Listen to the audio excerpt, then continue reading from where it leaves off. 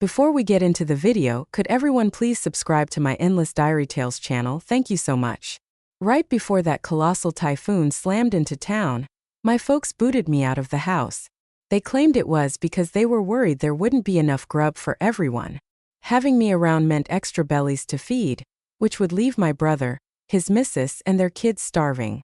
The typhoon hit hard, sweeping me away and smashing me on the street.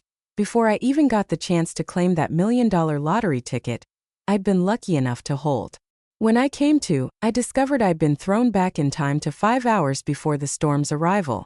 Before they could even boot me out a second time, I offered to pack up and leave. My parents lavished praise on me for being level-headed, while my brother and his wife thought I was pretty sharp, and my nephews just snickered, calling me naive. What they had no clue about was that when the typhoon finally hit, their creaking old house would come crashing down into rubble. When I opened my eyes once more, I was lying safe and sound on my own little cot, the agonizing pain mysteriously gone. It hit me then. I'd been granted a do-over in life. I rifled through my backpack, heart pounding with relief when I saw that hidden lottery ticket was still there. Clutching it tight, I couldn't help but cry tears of joy as memories of my previous life came flooding back. In that former life, the weather report had warned that the superstorm would make landfall near our town at about 7 p.m. that very afternoon. My parents unexpectedly insisted I drive over 4 hours out to the countryside to take care of my grandparents. With typhoons being notoriously unpredictable, such a long trip was downright suicidal. I refused and demanded the truth. That's when my mom, with a heavy sigh, admitted that she and Dad were genuinely scared of not having enough food at home. With supply lines cut off by the impending typhoon, they were terrified that my brother's family might end up starving. It was hard to swallow. Just the night before, after my mom's urgent call for help, I had risen early, stocked up on vegetables, meat, and fruit in the city, then spent over 2 hours on a bus to deliver the goods.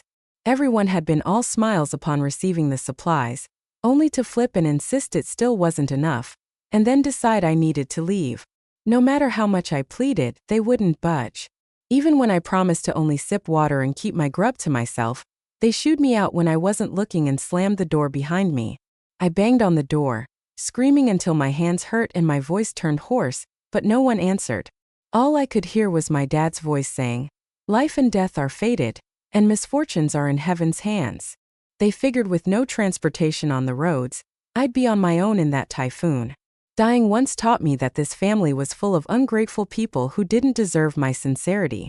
Later, amid howling winds and pelting rain, I was tossed high into the air, slammed against a coconut tree, and met a gruesome end.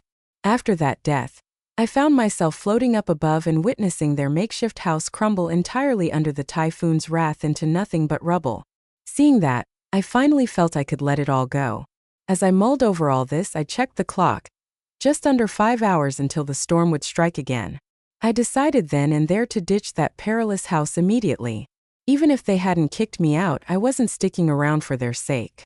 I packed up my lottery ticket, Idaho, and bank cards, threw in a couple of clothes, and headed out. "Hey Mom, Dad, Max, and everyone else, I'm stepping out for a bit," I announced. My sudden appearance hushed the room, acting like I hadn't heard them planning my ousting. My mom asked, "Tess, you're up already? Didn't you stay up late last night with the typhoon coming? You're heading out now." I grinned and replied, "Didn't Grandma and Grandpa mention they weren't feeling too hot in the group chat yesterday? Since the storm's so close, I'm planning on sticking around in the countryside for a couple of days to look after them." At that, everyone visibly relaxed. Still, my sister-in-law, who was usually all suspicious, piped up, "Aren't you worried about running into the typhoon on the way?" My eldest nephew, Milo, who was busy gaming, mumbled without even looking up, "Idiot, as always." No one paid much mind to his cheeky comment. I shrugged it off and explained, "Nah, it's early days. With so many of you staying in, I'm more worried about food and water shortages during the storm. And with everything closed down, it's best I stay with Grandma and Grandpa since they're fewer in number. That way, there's more to go around for everyone else." Their faces softened. Mom even held my hand and smiled. "Tess, you really are a thoughtful one." Dad took a long drag on his cigarette and nodded approvingly. "Well raised. You've shown some sense today." Only my second sister-in-law scoffed, whispering to her husband, She's just an outsider. Good, she knows her place. I ignored her snide remark and turned to my brother. Hey Max, can I borrow your van? There aren't any buses out there now. My sister-in-law's face darkened immediately, so I quickly added, Oh, I heard Uncle Theo's orchard had an awesome harvest, and the pigs are nearly market ready. I just got my bonus, so I'll bring back some extra fruit and fresh meat. That brightened her expression, and my brother handed me the keys with a grin. If you need the van, no problem. Just make sure to load it up with meat. Don't worry too much about the fruit, I promised. I grabbed the dog carrier and headed down the stairs. Milo finally looked up from his game and shouted, Stop! Don't take that dumb mutt, Zeke. My second nephew, Jay, rushed over and tried to push me to grab the carrier. It's our pet. If you take him, I'll tell Grandpa to rough you up. Even my fourth nephew, usually glued to his phone, chimed in. Yeah, Tess, leave Zeke alone. I mean our dog. If you do, he's our dog slave, and you know what that means. Their banter was half joking, half real. I replied coolly, Look, y'all never wanted to pay for Rich's shots anyway, and if you eat them you might catch rabies. Keeping a dog around in a typhoon is just extra hassle. I'm taking him to Grandma and Grandpa's place to guard the house this time. Even my second sister-in-law agreed. Yeah, take that smelly dog. I think Jay might be picking up fleas from him. She gently restrained Jay and signaled for me to head out with the dog. Milo tried once more to snatch the carrier, but Mom and the sister-in-law held him back. Same stinking mutt. Don't worry about getting sick, she scolded. And Tess, if you take him out, don't bring him back. Jeremy, Mom grumbled amid all the chaos. I bolted out the door with Rich. As I left, Jay hollered, Fool! You're going to get blown away with that dead mutt. That nearly made me lose it. But then I looked back at the house and felt all my anger just melt away. I even shot Jay a knowing smile, thinking, Hope you keep yapping just as much when the storm hits. Once in the van, I set Rich's crate down and gave him a reassuring pat on the head. Yo, my Rich ain't sick. He's the best little pal ever. Rich seemed to get it. His eyes sparkled with excitement like he knew we were finally breaking free. In my previous life, when I was left out in the cold, Rich was the only one at home barking like crazy, begging for someone to rescue me. Milo and Jay, those little terrors, nearly beat him up and even tried to torch his fur with a lighter, but Rich didn't care about the burns. He leaped from the balcony, limped over to me, and stayed by my side. Sadly, that typhoon was so brutal that he'd been swept away and killed on the street. This time, there was no way I'd ever abandon him. We drove off in a beat-up van toward the city. I wasn't about to risk a dangerous trip to the countryside to see my grandparents. Not only was the journey long and treacherous, but their little house probably couldn't stand a chance against the storm. My dad always bragged about being the eldest grandson, yet he dumped the duty of caring for our grandparents on me, their least favored granddaughter. It's a twisted version of filial piety. Like our whole family, I have 4 brothers, but none of them ever came through when needed. The van rumbled to the outskirts a couple of hours away, where the air was stifling hot despite the looming typhoon, the sky painted in eerie purplish-red hues. At that point, flights were grounded and trains had stopped, leaving no other escape route. I didn't go back to the old teacher dorm. Instead, I found a 5-star hotel that even allowed pets, swiped my credit card, and booked a room for the week. The hotel was renowned for its resilience against high-level disasters, having earned global awards, and its location nestled near mountains and away from the sea made it one of the safest spots in the city. I specifically asked for a suite on a lower floor to feel extra secure. After all, no one understands the raw power of a typhoon better than. Once checked in, I spent a small fortune hiring a runner to stock up on food, drinkable water, and supplies for Rich and me for the next few days. After the storm passed, I'd cash in my lottery winnings, and these expenses wouldn't even matter. With everything prepped, I treated myself to a nice bath. Rich got one too. I filled a bathtub with water as a backup and charged 10 power banks to full. Gazing out the window, I saw the typhoon drawing nearer, wind whipping the branches and tossing all sorts of lightweight junk around. Dark clouds rolled in against a surreal twilight backdrop, hinting at the immense destructive power outside. Hardly anyone was around. Sensible folks had already retreated home to brace for the worst. I cuddled with Rich, charged my phone, and played some games. Strangely enough, despite the looming terror of the typhoon, I felt the most at peace I'd had in ages. Living with a family like mine was suffocating, though. My mom always tried to brainwash me into thinking our family wasn't sexist. She once joked about having aborted me since there were already 4 boys. I later discovered the ugly truth when Dad got drunk and spilled the beans. Apparently, my birth was an accident. The fortune teller had predicted 5 sons, and thanks to some messed up ultrasound results, I ended up here instead. Dad casually mentioned I'd owe the Hamilton clan a son forever. Absurd, right? My whole life started off feeling like one giant cosmic joke. I realized that I'd never been one to stand up for myself. I started staying away from home more, distancing myself from the family, but could never quite sever the ties completely. It's almost laughable. When the typhoon came, the people I cared for kicked me to the curb without a second thought. With this second chance, it finally hit me. If they don't appreciate me, why should I even stick around? Lost in my thoughts, I dozed off on the couch. I didn't even notice until a sudden phone call jolted me awake. Glancing at the clock, it was 4 p.m., just an hour away from the typhoon's arrival. My dad's tone was harsh. "You've been out for 4 hours and you're still not at Grandpa's. They're waiting on you to cook. Stop doling." I fibbed a bit. "Oh, stop for gas, grab some food, got delayed." "Almost there." Dad snorted, then added, "And eat less yourself. As a young person, you've got to put elders first. A few scoldings aren't going to hurt your grandma." I couldn't help but chuckle coldly and agreed. After the call, I pulled up our home surveillance app. My parents ran a small fishery and had built a 5-story house ages ago. Each brother got a floor while I stayed with our parents on the ground floor. Back in the day, with thieves around, Mom had tricked me into paying for home security cameras that now covered every accessible level on every family phone. My brothers claimed to help at the fish pond, but really they just hung around playing poker. Just as I suspected, they were doing nothing but goofing off while others gamed. I shut off the surveillance app and kept refreshing the news for satellite images of the typhoon, closely watching its unpredictable path. The eye of the storm was shifting fast. No wonder the forecast had been off. In my past life, my family never bothered with such news. They'd rather play cards or binge on mindless shows. Even if they caught a glimpse of current affairs now and then, they'd only pick up a scrap of survival tips. But that's not my problem anymore. Since the hotel was still taking orders, I rang the front desk and ordered a big seafood feast. The 5-star place was super efficient. A robot delivered the meal within half an hour. I was just about to dig in when my phone rang again. It was Mom. As I casually enjoyed my meal, she anxiously said, "Tess, your grandparents mentioned you're not home yet. Be honest, did you not go? You know you don't have to lie if you don't want to." I munched on a piece of salmon and replied, "Mom, it's not that I didn't want to. I just took a wrong turn earlier. I'm on the right track now. Tell them I'm almost there."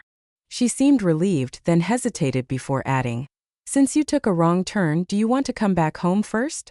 There's something going on." I was puzzled. "I'm almost there. Turning back would have been a nightmare with that typhoon, so I pressed on." She repeated, "You should come back. The storm won't hit for another 2.5 hours, so you've got time." I sighed. "Why do you need me to come back? What's so urgent?"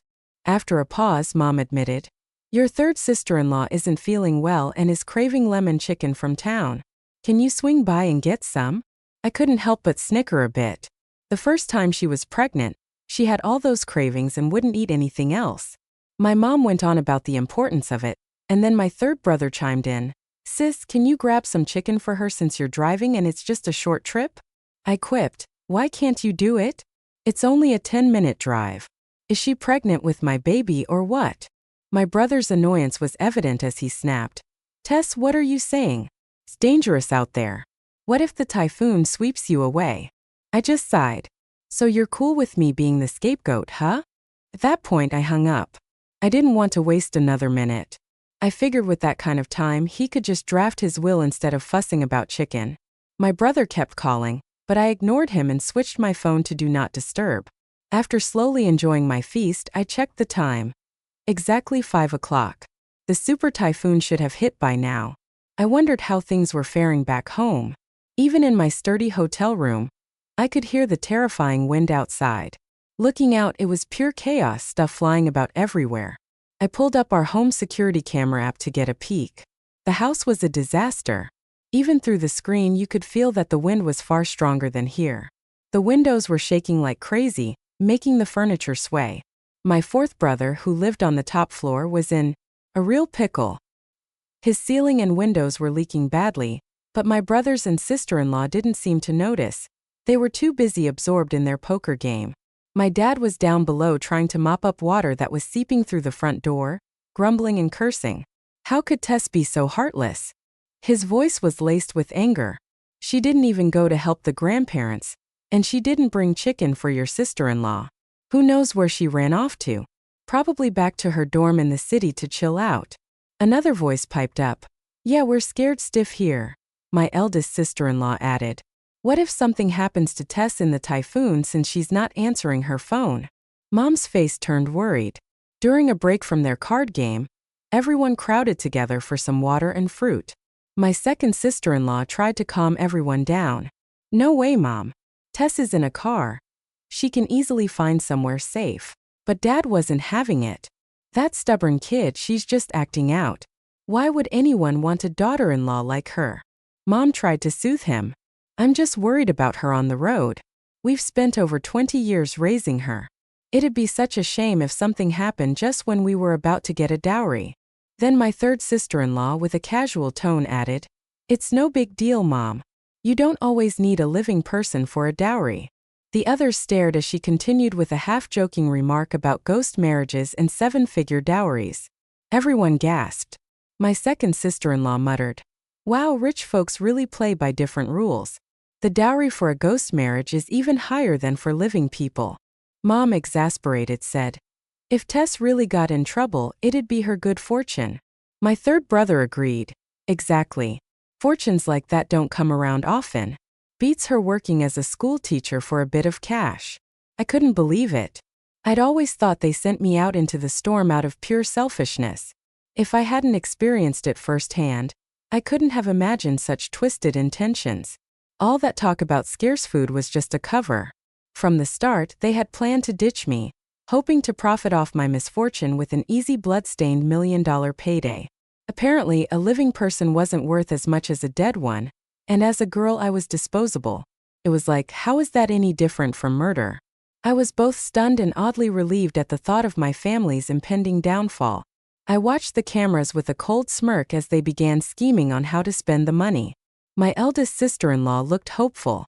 With $1 million, we could transfer Milo and Jay to a city school, right? My second sister-in-law nodded. Yeah, the old man always wanted to switch to an electric car. Jay thinks our van is too old to be seen. My third sister-in-law snickered. There's a new maternity center in town that's only $10,000 a month. Mom wouldn't have to help with my postnatal care anymore.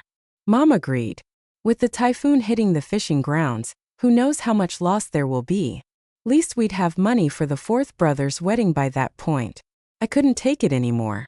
I shut off the surveillance. Watching it all unfold was too much. My heart felt numb from the sheer cruelty of it all. Rich lay quietly at my feet, his eyes full of concern. I hugged him, telling myself to hold on a bit longer, that everything would soon be over. But before long, my phone started blowing up again. It was Mom. This time I answered. Her voice was urgent, not nearly as chipper as before. Tess, where the heck are you? We can't find you anywhere. Would you come home for a bit? The typhoon's coming. I'm scared to death. The power and water are out, and Milo and Jay are fussing about needing their tablet charged. Could you bring some extra power banks from outside? I have a headache. I almost laughed, thinking, am I supposed to have some kind of superpower against typhoons? They all wanted me to run errands in this mess. With a heavy heart, I replied, Mom, I heard third sister-in-law wants chicken, so I started heading back, but I've run into the typhoon. My car won't move. Somebody come get me, please. I could practically hear the chaos in her voice. It's so scary. Everything's flying around. There was a pause, then she asked, You really started heading back? How's your car holding up? I'm at a shelter right now, but I can't hang on for long. I've got a stack of power banks with me. I blurted it out desperately, as if I were caught in a real-life disaster movie.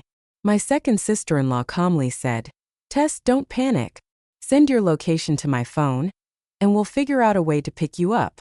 I quickly sent over a random highway coordinate. Meanwhile, I could hear someone in the background whisper, "With the location, it'll be easier later. Otherwise, we'll have to search everywhere." I couldn't help but smirk at how the storm's chaos didn't faze them. They were more worried about retrieving me than their own safety. I pretended the wind was slamming into me again, then hung up. When they tried calling back, I barely answered as the signal kept cutting in and out. Unable to reach me by phone, they turned to harassing me in the family group chat. Mom bombarded me with a string of 60-second voice messages. "Tess, the windows are shaking and water's rising. Come back and help clean up the water. Several windows are shattered, and furniture's flying. It's terrifying. Drive back home and rescue something. Our house is nearly a wreck. Hurry back and help." Another message read, "The streets turned into a river, and the first floor is already a meter high with water. I'm scared to death. Your brother and his wife have moved up to the 4th floor to play cards, and we're stuck on the 2nd. The house won't get submerged, will it? Come on, bring some food at least. Milo and Jay are starving."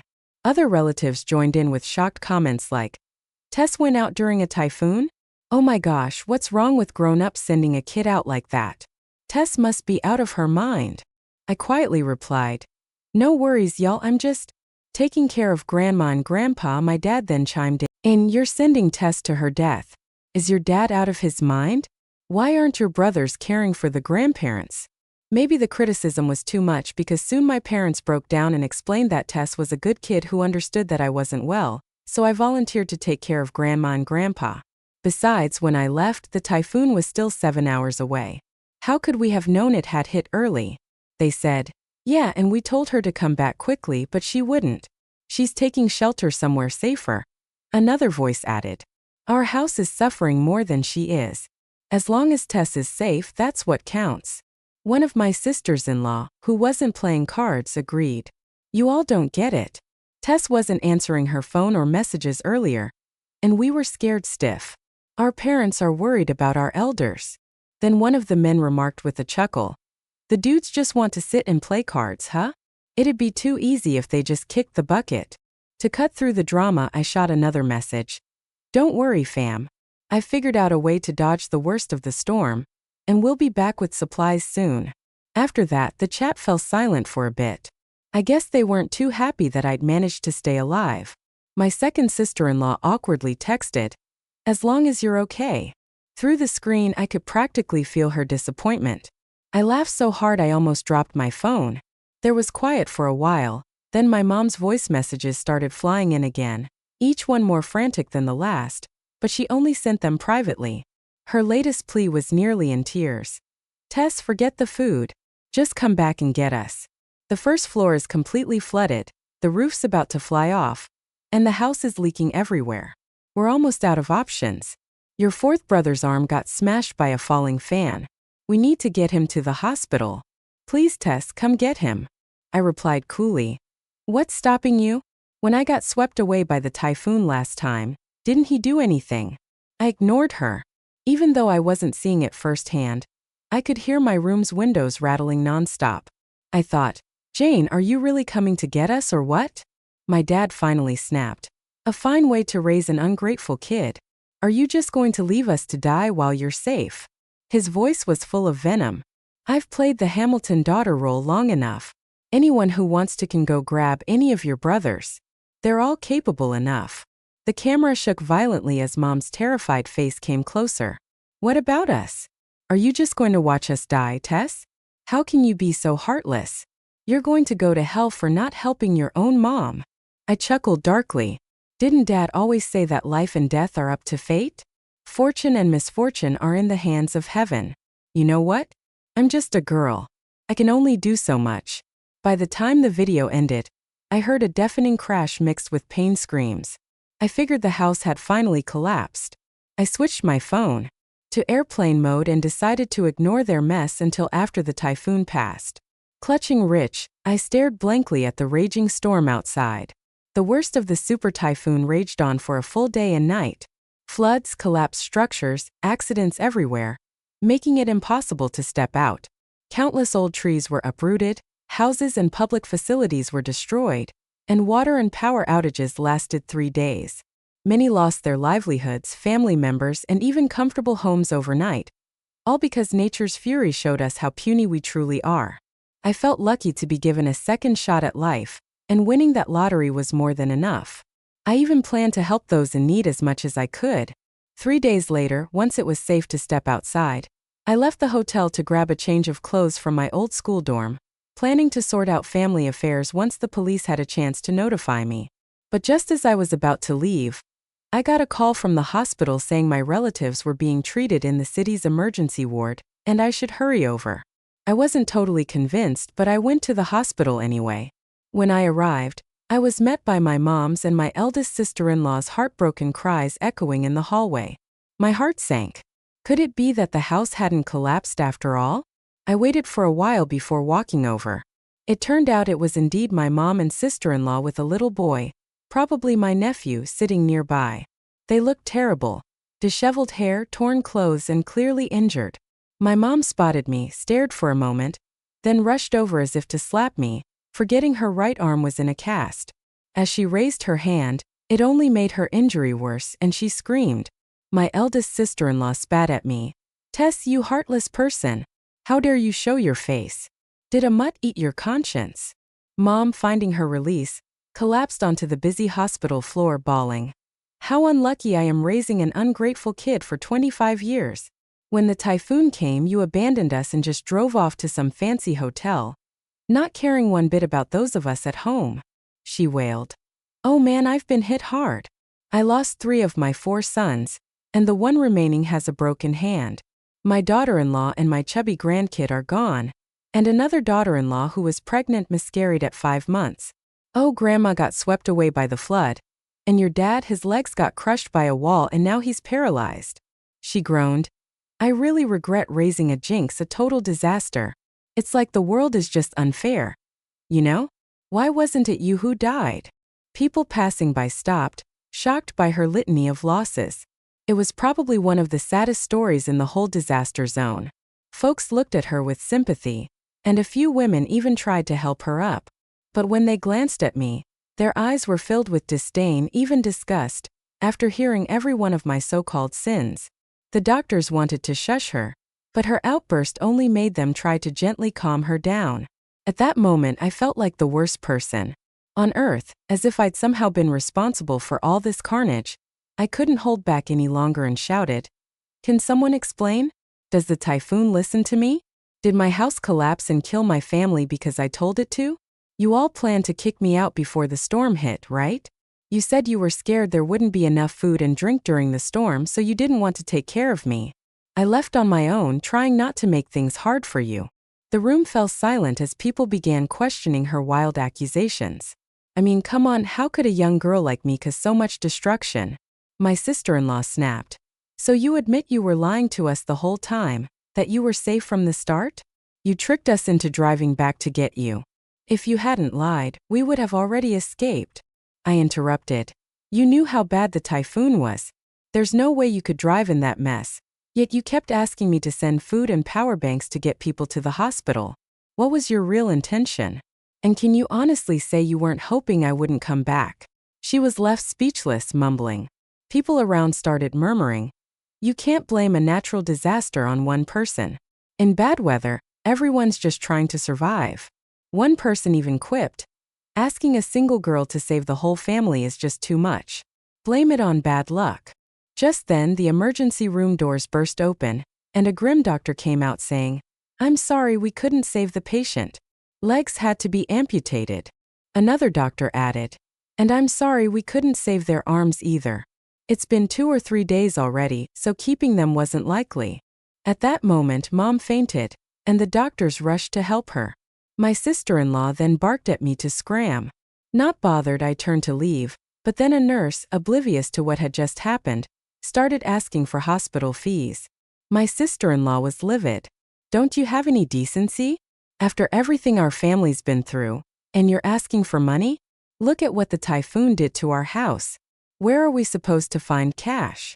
She pointed at me just as the elevator doors closed. By the time she realized and tried to catch up, I was already in the parking lot. They'd have to sort out the money on their own.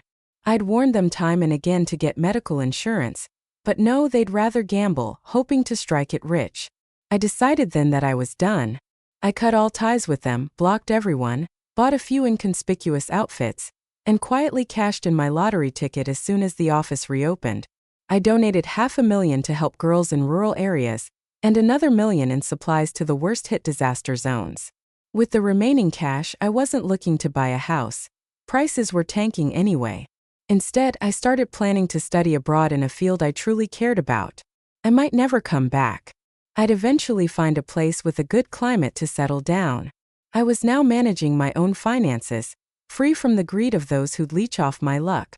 In my previous life, when I found out I'd won the lottery, I almost couldn't wait to share the news with Mom. But knowing her favoritism, I kept quiet. I even joked, "What would you do if I won $100 grand? She dead seriously replied, "It should be split 5 ways. Mom and Dad get a share, and one for each of your brothers' families." I was floored and asked, "What about me? I want it." Without a second thought, she said, "You were raised by us all these years. Your little salary never repays the favor. Your brothers are the ones staying at home to take care of us old folks.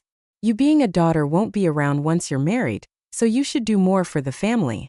That attitude left me speechless and convinced me to never reveal the win. A few days later, when Mom and one of my sisters-in-law couldn't cover the medical bills and showed up at my school begging for money, I'd already resigned. After claiming my prize, working locally after graduation had been their choice, not mine. When they couldn't find me, they resorted to basic calls to the police. When the cops eventually showed up at my nicely furnished apartment where I was studying, the whole family was there. Mom, one of my sisters-in-law, Milo, my brother Max, my grandpa's helper, and the other sister-in-law. All of them were present. They were shocked by the sight of my upscale pad, their eyes glittering with greed. Even though my dad was in a wheelchair, he still carried that stubborn old-school vibe. Naturally, he was the first to lose his cool and bark. "Tess, are you even human? When disaster hit, you ran off to have a good time, and now look at the family, some dead, some crippled.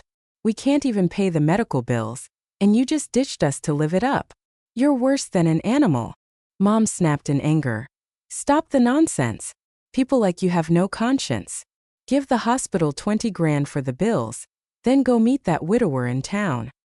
He lost his wife in the flood a few days ago, and the dowry is 50 grand. The cop interjected, "Watch your language. Whether she goes to jail is up to the law. You reported her missing and now she's found. Let's talk this out," Dad coldly added. Abandoning family sounds like something out of a cheap video. Maybe it's abandonment, but honestly, our family's a mess.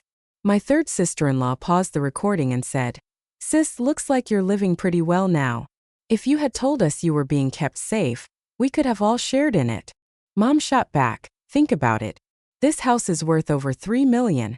And you're just asking for 50 grand. The first sister-in-law quickly added, "Actually, it's at least 3 million. The family then started bickering over who deserved what, with Oscar, my eldest nephew, and others arguing about cash for treatments and wedding dowries. I rolled my eyes and thought, am I your dad or your mom? Whoever raised you should be responsible. I calmly stated, "Officer, legally my only obligation is to support them once they're 60.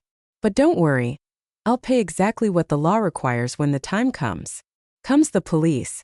Noted everything, as domestic squabbles like this usually require mediation.